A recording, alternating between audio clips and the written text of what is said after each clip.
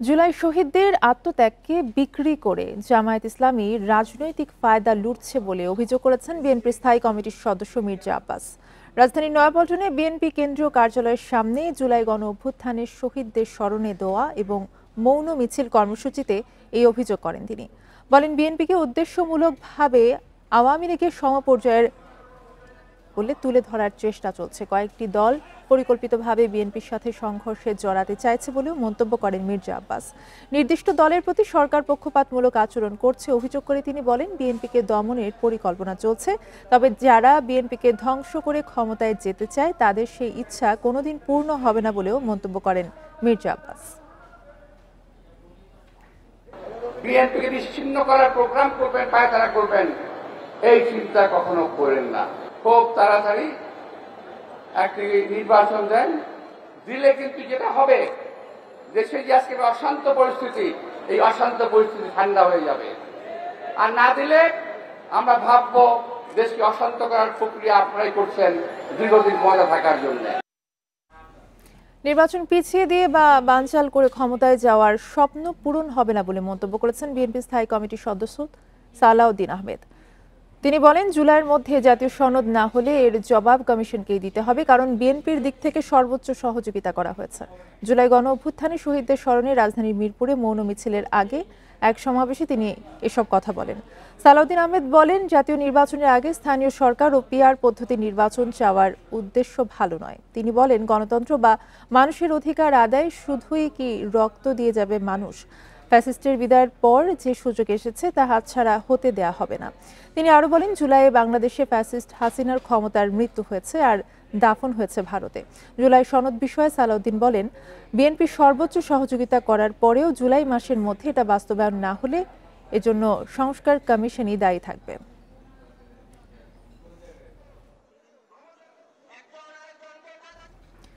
PR ভিত্তিক নির্বাচন ও স্থানীয় সরকারের কথা বলে ষড়যন্ত্রমূলকভাবে কেউ কেউ আগামী দিনে ক্ষমতায় আসার চেষ্টা করছে, জনগণ তা মেনে নেবে না। বিএনপি স্থায়ী কমিটির সদস্য অধ্যাপক এজেডএম জাহিদ হোসেন এক অনুষ্ঠানে এই মন্তব্য করেছেন। সকালে জাতীয় প্রেস ক্লাবে পেশাজীবীদের বিক্ষোভ সমাবেশে কথা বলেন তিনি বলেন, গোপালগঞ্জে ঘটনার প্রমাণ করে দেশে এখনো স্বৈরাচার সক্রিয় রয়েছে। এই হামলার ঘটনায় নিন্দা প্রকাশ করে বিএনপি। অনুষ্ঠানে পেশাজীবীরা বলেন, মিটফোর্ডে হত্যাকাণ্ডকে দলীয় ট্যাগ দেয়া যাবে না। অন্যায় যারা করবে তাদের আইনের আওতায় আনা সরকারের দায়িত্ব। এছাড়া তারা অভিযোগ করেন, বিএনপির ভারপ্রাপ্ত চেয়ারম্যান তারেক রহমানকে নিয়ে কুৎসা রটানো হচ্ছে।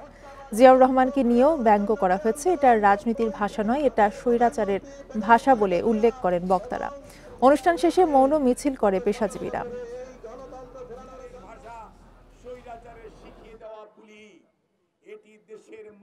ষড়যন্ত্র যদি না হয় তাহলে এরকম ঘটনা ঘটানো যায় না। গতকালকে তো ফরিদপুরে সুন্দর প্রোগ্রাম হলো, সেখানে তো এরকম কিছু হলো না। স্বৈরাচারের দোষরদের উপর দোষ চাপাচ্ছি ঠিকই আছে, কিন্তু আমাদের ভিতর যারা আজকে গণতন্ত্রকে নস্যাৎ করতে চায় সেই ষড়যন্ত্রকারীরাও ঘাপটি মেরে আছে। তাদের চরিত্র উন্মোচন করা আজকে আমাদের দায়িত্ব। পিআর পদ্ধতিতে নির্বাচনের প্রস্তাব দেয়াতে কারো কারো গাত্রদাহ শুরু হয়েছে বলে মন্তব্য করেছেন ইসলামী আন্দোলন বাংলাদেশের আমির মুফতি সৈয়দ মোহাম্মদ রেজাউল করিম। দুপুরে রাজধানীর পুরানা পল্টনে ইসলামী ছাত্র আন্দোলনের আয়োজনে আলোচনা সভা ও শহীদদের স্মরণে দোয়া মাহফিলে অংশ নিয়ে কথা বলেন তিনি। বলেন, পিআর পদ্ধতিতে নির্বাচন হলে একক কোনো দলের তাণ্ডব চালানোর সুযোগ আর থাকবে না। নতুন করে আর কাউকে ফ্যাসিস্ট হয়ে ওঠার সুযোগ দেয়া হবে না বলেও হুঁশিয়ারি দেন তিনি। রেজাউল করিম বলেন, দেশবাসী আশা করেছিল ফ্যাসিস্ট মুক্ত এই দেশে আর কোনো মায়ের বুক খালি হবে না, আর অপশাসন চলবে না, কিন্তু দেখা যাচ্ছে একটি দল ক্ষমতায় যাওয়ার জন্য উন্মাদ হয়ে গেছে। এক শ্রেণীর ক্ষমতা প্রেমিকরা আজকে দেশের দিকে, দেশের স্বার্থের ব্যাপারে নজর না রেখে দেশকে সুন্দর করার পরিবর্তে আজকে তারা কিভাবে ক্ষমতায় যাবে, কেমন জানি গ্রামে একটা কথা আছে, অর্ধেক পাগল এখন ফুল পাগল হয়ে গেছে। হামলা করে এনসিপিকে দমন করা যাবে না, সামনে আরও বড় লড়াইয়ের দিন আসছে, সেজন্য প্রস্তুতি নেওয়া হচ্ছে বলে জানিয়েছেন দলটির আহ্বায়ক নাহিদ ইসলাম। দুপুরে মুন্সিগঞ্জে পথসভায় এসব কথা বলেন তিনি। এ সময় দলের উত্তরাঞ্চলের মুখ্য সংগঠক সার্জিস আলম বলেন, পদযাত্রার মূল লক্ষ্য বড় সিন্ডিকেটের বিরুদ্ধে। পরিস্থিতি যাই হোক না কেন, ফ্যাসিস্ট শেখ হাসিনার সর্বোচ্চ শাস্তি নিশ্চিত করতে হবে। পরে দক্ষিণাঞ্চলের মুখ্য সংগঠক হাসনাত আব্দুল্লাহ জানান, দেশ ও দলের বিরুদ্ধে বিভিন্ন ষড়যন্ত্র করা হচ্ছে, সবাইকে ঐক্যবদ্ধ থাকতে হবে। সংস্কার কোনো দলের পক্ষে বা বিপক্ষে নয়, রাষ্ট্রের প্রয়োজনেই চলছে। যে কোনো মূল্যে জুলাই ঘোষণাপত্র আদায় করা হবে বলেও জানান তিনি। মুন্সিগঞ্জে জুমার নামাজ শেষে নারায়ণগঞ্জে যান এনসিপি নেতারা। এদিকে কর্মসূচি ঘিরে নারায়ণগঞ্জে নিরাপত্তা ব্যবস্থা বাড়ানো হয়েছে। এলাকায় এলাকায় পাড়ায় পাড়ায় আপনারা সরব হন, প্রতিবাদের সংস্কৃতি গড়ে তুলুন। ইনশাল্লাহ আমরা যখন প্রতিবাদ করতে শিখেছি, আমরা আমাদের সকল অধিকার এবং আমাদের মর্যাদা নিশ্চিত করেই আমরা ঘরে ফিরব। গোপালগঞ্জে হামলার ঘটনায় গ্রেফতার 164 জনকে কারাগারে পাঠানো হয়েছে। এর আগে সন্ত্রাস বিরোধী আইনে 945 জনকে আসামি করে 2টি মামলা করে পুলিশ। এছাড়া কারফিউর সময় বাড়ানো হয়েছে শনিবার সকাল 6টা পর্যন্ত। এদিকে সহিংসতায় আহত আরেকজনের মৃত্যুতে নিহতের সংখ্যা বেড়ে দাঁড়ালো 5। জাতীয় নাগরিক পার্টি এনসিপির সমাবেশ ঘিরে হামলা সংঘর্ষের পর দ্বিতীয় দিনেও থমথমে গোপালগঞ্জ। দ্বিতীয় দফায় বাড়ানো কারফিউর মধ্যে আইন শৃঙ্খলা বাহিনীর নজরদারিতে শুক্রবার সকাল থেকে দূরপাল্লা ও অভ্যন্তরীণ রুটের বাস চলাচল শুরু হয়। কোনো লোকজন নাই, ইনকাম নাই, সব দোকানপাট বন্ধ। কারফিউর কারণে তো মানুষ ঘর থেকে রাস্তাঘাটে আসে না। বেলা 11টা থেকে দুপুর 2টা পর্যন্ত 3 ঘন্টা কারফিউ শিথিল করায় কাঁচাবাজার সহ বিভিন্ন সড়কে বাড়ে মানুষের উপস্থিতি। দিন আনা দিন সমস্যা আছে, যার কারণে আমরা একটা টেনশনের ভিতরে আছি বা একটা ইসের ভিতরে আছি, সমস্যার ভিতরে আছি। আর আশা আকাঙ্ক্ষা যে আমরা নিরাপদে বাসায় ফিরে যেতে পারি, কোনো দুর্ঘটনা না ঘটে, এটাই আমাদের চাওয়া পাওয়া।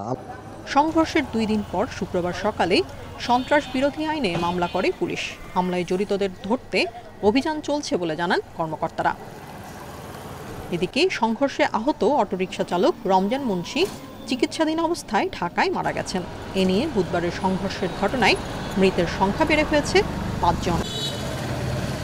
Independent news. বাংলাদেশে আনুষ্ঠানিকভাবে জাতিসংঘ মানবাধিকার মিশনের কার্যক্রম শুরু।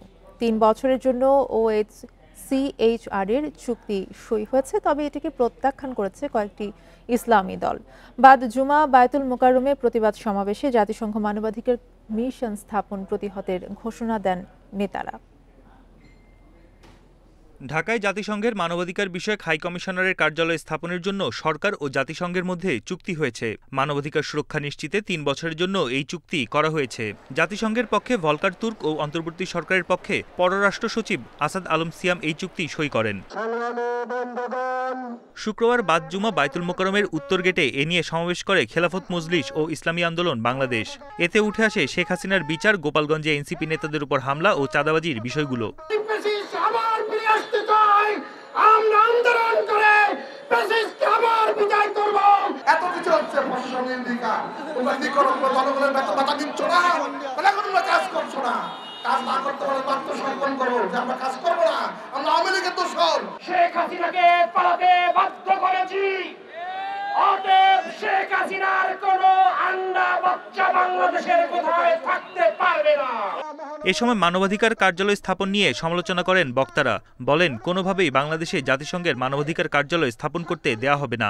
বাংলাদেশের কোন একটি শহরে জাতিসংঘের মানবাধিকার কমিশনের কার্যালয় দেখতে চায় না, বরদাস্ত করা হবে না।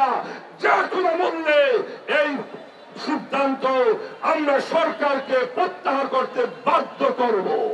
এদেশের মানুষ কখনো দাবি করে নাই মানবাধিকার কমিশন গঠন করতে হবে। তাদের অফিস বাংলাদেশ হবে কেউ দাবি করে না, মিছিলও হয় নাই। হঠাৎ করে কেন তাদের এই অনুমোদনটা দেওয়া হলো? আর অনুমোদন দেওয়ার পরপরই দেখছেন আবার সেই জঙ্গি নাটক শুরু হয়ে গেছে। মানবতার নামে ভণ্ডামি চলবে না, মানবতার ইসলামের দুশ্মনী করা চলবে না। কাজে অফিস আমরা চাই না। যদি এই অফিস দেন প্রয়োজন হলে আপনার বিরুদ্ধে আমরা দুর্বার আন্দোলন করে দেবো ইনশাল্লাহ।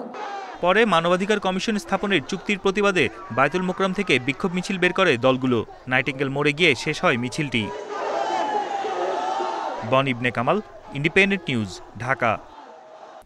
জুলাই অভ্যুত্থানের বর্ষপূর্তিতে জেলায় জেলায় প্রতীকী ম্যারাথন অনুষ্ঠিত হয়েছে। অংশ নেন শতাধিক তরুণ তরুণী, ক্রীড়াবিদ, শিক্ষার্থী, প্রশাসনের কর্মকর্তা ও সামাজিক সংগঠনের সদস্যরা। প্রতিযোগিতা না থাকায় ম্যারাথন হয়ে ওঠে বিভিন্ন শ্রেণী পেশার মানুষের মিলন মেলা। শহীদদের আত্মত্যাগ স্মরণ ও তরুণ প্রজন্মকে দেশপ্রেমে উদ্বুদ্ধ করতেই এই আয়োজন। জুলাই শহীদ স্মরণে বিভিন্ন জেলায় ম্যারাথনের আয়োজন। অংশ নেন শিক্ষার্থী, প্রশাসনিক কর্মকর্তা সহ নানা শ্রেণী পেশার মানুষ। শুক্রবার সকালে সিরাজগঞ্জ শহরে যমুনা নদীর তীরে অংশ নেন অংশগ্রহণকারীরা। ক্রসবাঁধের টিহেড থেকে শুরু হয়ে এই ম্যারাথন শেষ হয় বাঁধের শেষ অংশে। ছিলেন জুলাই অভ্যুত্থানে হতাহত পরিবারের সদস্যরাও। 3 কিলোমিটার এই ম্যারাথনে অংশ নেন প্রায় 3 শতাধিক মানুষ।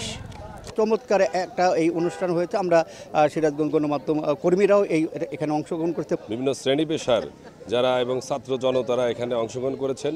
বৈষম্য বিরোধী যারা ছাত্র আছেন ব্যানারের, তারা অংশগ্রহণ করেছেন। নাটোরে প্রতীকী ম্যারাথন মাদ্রাসা মোড় থেকে শুরু হয়ে উপজেলা পরিষদ চত্বরে গিয়ে শেষ হয়। ম্যারাথনে অংশ নেয়া প্রথম 50 জন পান মেডেল। চাঁদপুরে প্রতীকী ম্যারাথনটি শহরের ওয়ারলেস বাজার থেকে জেলা প্রশাসনের কার্যালয়ে গিয়ে শেষ হয়। বক্তারা বলেন, বৈষম্যহীন সমাজ ও রাষ্ট্র গড়তেই জুলাই যোদ্ধারা আন্দোলন গড়ে তোলেন। ম্যারাথনের মাধ্যমে সবাইকে আবার আনন্দিত দেখতে পাচ্ছি, এটা আসলে খুব আনন্দদায়ক। আর সবচেয়ে বেশি কষ্ট লাগতেছে যারা আমাদের শহীদ ভাই বোন আছেন, তারা আমাদের সাথে নেই। সকল মানুষজনের কাছে এই বার্তাটা দিতে চাই যে আমার ছাত্রদের যে উদ্দেশ্য ছিল বৈষম্যহীন সমাজ গঠন করা, গণতন্ত্র প্রতিষ্ঠা করা, সুশাসন প্রতিষ্ঠা করা, সেই বিষয় সেই চেতনাটাই যেন আমরা সবার মধ্যে আবার জাগ্রত করে দিতে পারি। চুয়াডাঙ্গায় 5 কিলোমিটার ব্যাপী যুব ম্যারাথন প্রতিযোগিতায় অংশ নেন 30 জন। জুলাই শহীদদের স্মরণ এবং তরুণ প্রজন্মকে দেশপ্রেমে উদ্বুদ্ধ করতেই রাজশাহী, কুমিল্লা, হবিগঞ্জ, লক্ষ্মীপুর, জামালপুর, নওগাঁ, কুষ্টিয়া, ঝিনাইদহ, নড়াইল, মাগুরা, খাগড়াছড়ি সহ বিভিন্ন জেলায় ম্যারাথনের আয়োজন করা হয়। সোহেলি জাহান, ইন্ডিপেন্ডেন্ট নিউজ। 14 ঘন্টা পর প্রশাসনের হস্তক্ষেপে শরীয়তপুরের ভেতরগঞ্জের নরসিংহপুর ঘাট থেকে ফেরি চলাচল স্বাভাবিক হয়েছে। এর আগে বৃহস্পতিবার রাতে ফেরি চলাচল বন্ধ হয়ে যায়। স্থানীয়রা ও ঘাট কর্তৃপক্ষ জানায়, শরীয়তপুর চাঁদপুর রুটের নরসিংহপুর ফেরিঘাটের ইজারা নিয়ে জেলা যুব দলের সাবেক সহসভাপতি মমিন দিদার ও সখীপুর থানা ছাত্র দলের সাবেক সাধারণ সম্পাদক মায়দুল ইসলুম জিসান বালার দীর্ঘদিন ধরে বিরোধ চলে আসছিল। রাতে ঘাটের ইজারা উঠানোকে কেন্দ্র করে দুপক্ষের মধ্যে উত্তেজনা তৈরি হয়। এতে এই রুটে ফেরি চলাচল বন্ধ হয়ে যায়।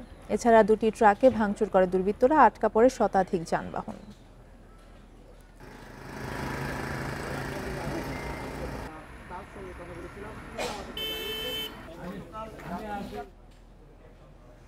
গাজীপুরে কালিয়াকৈরে কাভার্ড ভ্যান ও সিএনজি অটোরিকশার সংঘর্ষে একই পরিবারের 3 জন সহ 5 জন নিহত হয়েছেন। দুপুরে উপজেলার ফুলবাড়িয়া মাওনা আঞ্চলিক সড়কের বড় চালা এলাকায় এই দুর্ঘটনা ঘটে। পুলিশ জানায়, মাওনা থেকে অটোরিকশাটি 4 যাত্রী নিয়ে কালিয়াকৈরে যাচ্ছিল। বড় চালা এলাকায় পৌঁছালে বিপরীত দিক থেকে আসা একটি কাভার্ড ভ্যানের সঙ্গে মুখোমুখি সংঘর্ষ হয়।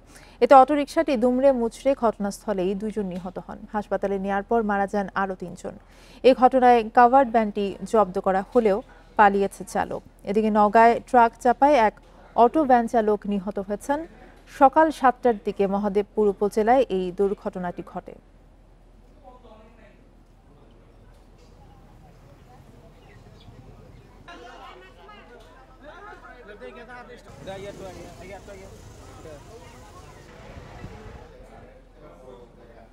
রাজধানীর সূত্রাপুরে গ্যাস লিকেজ থেকে বিস্ফোরণে দগ্ধ রিপন মারা গেছেন। রাত 12:15টার দিকে জাতীয় বার্ন ও প্লাস্টিক সার্জন ইনস্টিটিউটের আইসিইউতে মারা যান তিনি।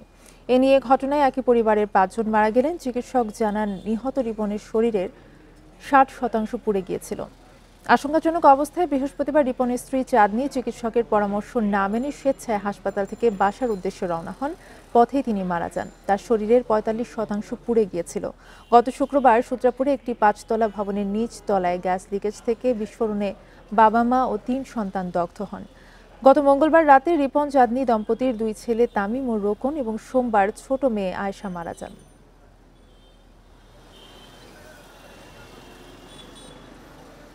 গাজীপুরের হাইটেক সিটিতে ডেটা সায়েন্স, এআই এবং অ্যাপ্লিকেশন নিয়ে আন্তর্জাতিক সম্মেলন শুরু হয়েছে। এতে ভার্চুয়ালি প্রধান অতিথি হিসেবে যোগ দেন অর্থ উপদেষ্টা ডক্টর সালেউদ্দিন আহমেদ। এ সময় তিনি ডেটা সায়েন্স ও কৃত্রিম বুদ্ধিমত্তা বিষয়ে বাংলাদেশের সম্ভাবনা এবং করণীয় বিষয়ে প্রয়োজনীয় দিক নির্দেশনা দেন। আয়োজকরা জানান, এই সম্মেলনের মূল লক্ষ্য ডেটা সায়েন্স ও কৃত্রিম বুদ্ধিমত্তার উদ্ভাবনী ব্যবহারকে উৎসাহিত করা, সেই সঙ্গে প্রযুক্তির মাধ্যমে শিক্ষা, স্বাস্থ্য, শিল্প ও নীতি নির্ধারণে ভবিষ্যতের দিক নির্দেশনা তৈরি করা। সম্মেলনে অংশ নিয়েছেন দেশ বিদেশের খ্যাতিমান গবেষক, নীতি নির্ধারক এবং প্রযুক্তি বিশেষজ্ঞরা। সম্মেলনটি যৌথভাবে আয়োজন করেছে বাংলাদেশের প্রথম বেসরকারি innovation centre EATL innovation hub এবং যুক্তরাজ্যের সালফোর্ড ইউনিভার্সিটি।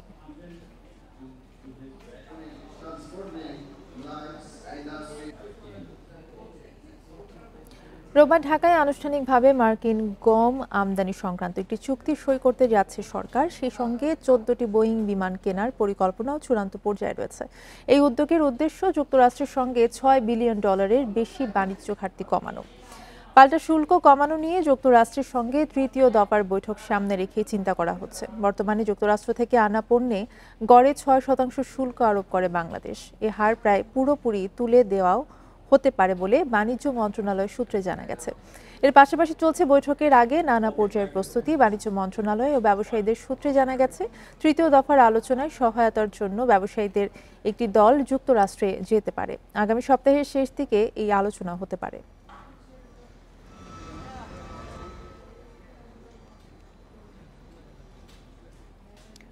বর্ষায় সবজি সহ নিত্যপণ্যের বাজারে অস্বস্তি বেড়েছে। এখন বেশ চড়া দামে বিক্রি হচ্ছে কাঁচামরিচ।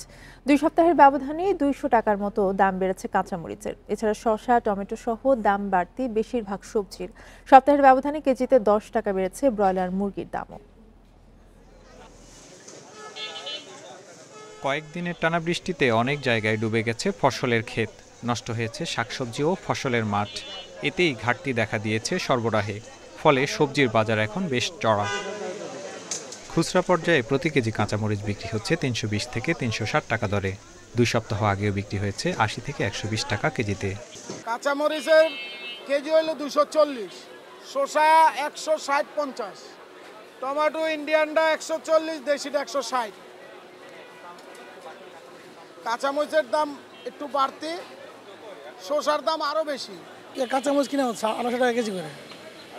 জি জি জি, আগে তো তুলনামূলক 180-200 টাকা করে কেনা হয়েছে। কাঁচামরিচের মতো শসা ও টমেটোর দামও বেশ চড়া। প্রতি কেজি বিক্রি হচ্ছে 140 থেকে 150 টাকায়। 2 সপ্তাহ আগেও দাম ছিল 120 থেকে 130 টাকা। অন্যান্য সবজির মধ্যে করলা বিক্রি হচ্ছে 80 থেকে 100 টাকা কেজি দরে। প্রতি কেজি পটল 60 থেকে 70 টাকা, ঢেঁড়স 60 টাকা, কাঁকরোল 80 টাকায় বিক্রি হচ্ছে। এছাড়া বেগুন 100 টাকা ও কাঁচা কলার ডজন বিক্রি হচ্ছে 200 টাকা দরে।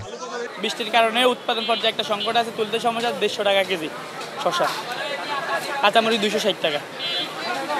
এদিকে সপ্তাহের ব্যবধানে কেজিতে 10 টাকা বেড়েছে ব্রয়লার মুরগির দাম, বিক্রি হচ্ছে 180 টাকায়। তবে 290 থেকে 310 টাকা কেজি দরে স্থিতিশীল আছে সোনালী মুরগির দাম। এখন আপনার 75-80 এমন বিক্রি করা হয়েছে। যেরকম ধরেন আমরা বর্তমানে বিগত এতে আমরা বন্যা তো অনেক ফার্ম ক্ষয়ক্ষতি হয়েছে, অনেকে লসের মুখে, এই জন্য একটু মালটা একটু মানে টান পড়ে গেছে। 180 টাকা রাখতেছে ফার্মের, যেটা ব্রয়লার। এদিকে পেঁয়াজের দাম কেজিতে 5 টাকা বেড়ে বিক্রি হচ্ছে 60 টাকায়। আলু আগের দামে স্থির আছে, বিক্রি হচ্ছে 25 টাকা কেজি দরে। এছাড়া রসুন বিক্রি হচ্ছে 140 থেকে 160 টাকা দরে। Tareq Hossain, independent news, Dhaka. এই ছিল এখনকার সংবাদে। ইন্ডিপেন্ডেন্ট টেলিভিশনের সব খবর জানতে চোখ রাখুন ফেসবুক, ইউটিউব এবং এক্সে। ধন্যবাদ।